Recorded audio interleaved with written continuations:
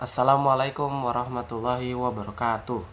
Perkenalkan, nama saya Muhammad Adli Dinur Rahman, kelas 11 IP 1. Kali ini saya akan meresensi film yang berjudul tentang Star Wars Episode 3 Revenge of the Sith. Sinopsisnya, tahun rilis adalah tahun 2005. Genre epic space opera. Rumah produksi Lucasfilm. Sutradara George Lucas. Pemeran utama yaitu Ewan McGregor, Natalie Portman, dan Hayden Christensen. Film ini berdurasi 2 jam 20 menit. Revenge of the Sith adalah angsuran terakhir dalam trilogi prequel Star Wars, sekaligus chapter ketiga untuk saga Skywalker. Film ini mempunyai latar waktu 3 tahun setelah dimulainya peristiwa Clone Wars. Pada momen tersebut, para Jedi tersebar di seluruh galaksi untuk memimpin perang besar-besaran melawan kelompok separatis. Karena kepemimpinan separatis, Count Dooku telah tewas. Dewan Jedi mengirim Obi-Wan Kenobi untuk melenyapkan Jenderal Grievous, kepala pasukan separatis, supaya perang berakhir. Di sisi lain, Anakin Skywalker mempunyai firasat bahwa istrinya Padme Amidala akan meninggal saat melahirkan. Pada saat itu juga, ia ditugaskan untuk memata-matai kanselir tertinggi Republik Galaksi, yaitu Palpatine.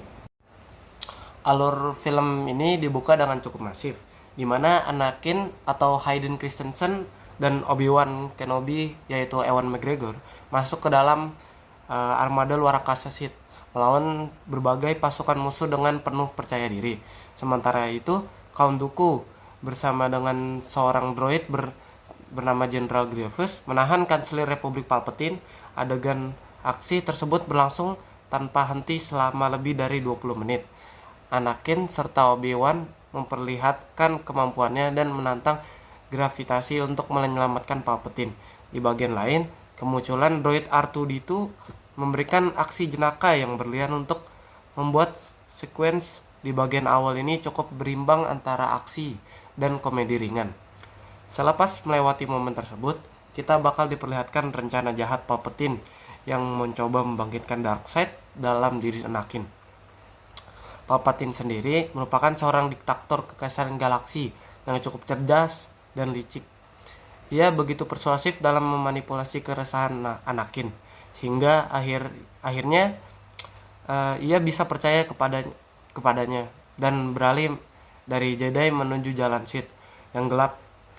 Kisah Anakin di film ini terbilang cukup tragis. Ia menjalani kehidupan rahasia, diam-diam menikahi Senator Padme Amidala, dan pada akhirnya melanggar kode etik Jedi.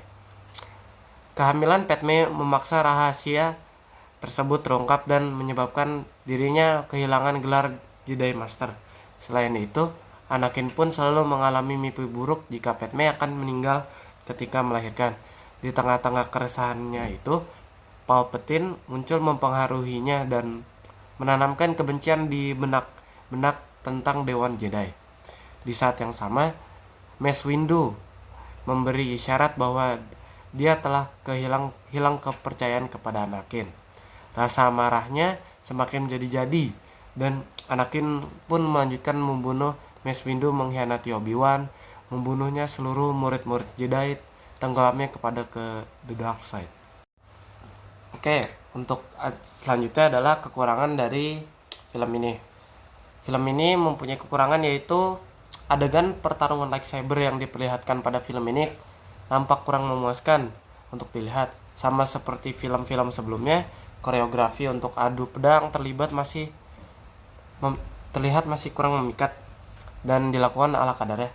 Sebagai senjata yang penting bagi Jedi dan Sith, mereka kerap bertarung menggunakan lightsaber, dan aksi konfrontasi di antara mereka yang masih tidak impresif dalam Revenge of the Sith ini. Walaupun begitu, sekarang Hayden Christensen atau Anakin Skywalker ini lebih baik memerankan karakter Anakin, dan ia terlihat begitu kalem ketika beralih ke Darkseid. Dirinya memberikan penampilan yang apik di episode ketiga Star Wars ini, dan ia membuat sosok Anakin terlihat sangat tragis, harus mengecam rasa benci yang tinggi. Adegan pertarungannya dengan Obi-Wan di planet Mustafar adalah salah satu momen terbaik di film ini dan menjadi peristiwa ikonik di semesta Star Wars.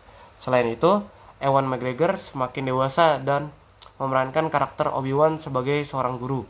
Ia nampak begitu sedih dan kecewa setelah mengetahui Anakin sang The Chosen One telah berkhianat hingga membunuh seluruh generasi Jedi. Lewat penampilannya di trilogi prequel ini, McGregor sekarang telah lekat dengan perannya sebagai Obi-Wan, dan ia pun bakal kembali muncul sebagai sang Jedi Master tersebut di serial Kenobi yang kemarin baru rilis. Kelebihan dari film ini adalah Revenge of the Sith secara keseluruhan memang harus diakui memiliki peningkatan baik dari sinematografi, desain kostum, alur cerita hingga para karakternya. Film ini cukup baik memberikan aura kelam di jalan-jalan ceritanya maupun pada film karakter Anakin Skywalker. Sebagai sebuah penutup trilogi prequel, film ini tidak terlalu buruk dan sangat menyenangkan untuk ditonton. Sekian dari resensi saya, kurang lebihnya mohon maaf. Wassalamualaikum warahmatullahi wabarakatuh.